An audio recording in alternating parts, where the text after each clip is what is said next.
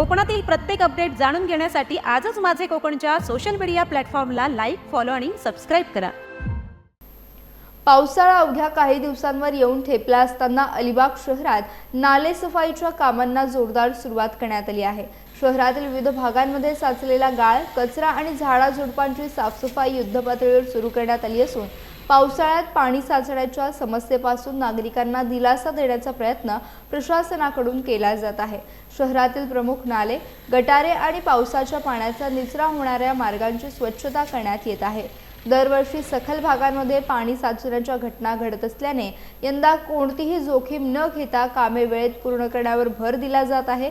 दरम्यान अलिबागचे माजी नगराध्यक्ष प्रशांत नाईक यांनी पुढाकार घेत शहरातील विविध भागांमध्ये ही मोहीम सुरू केली आहे।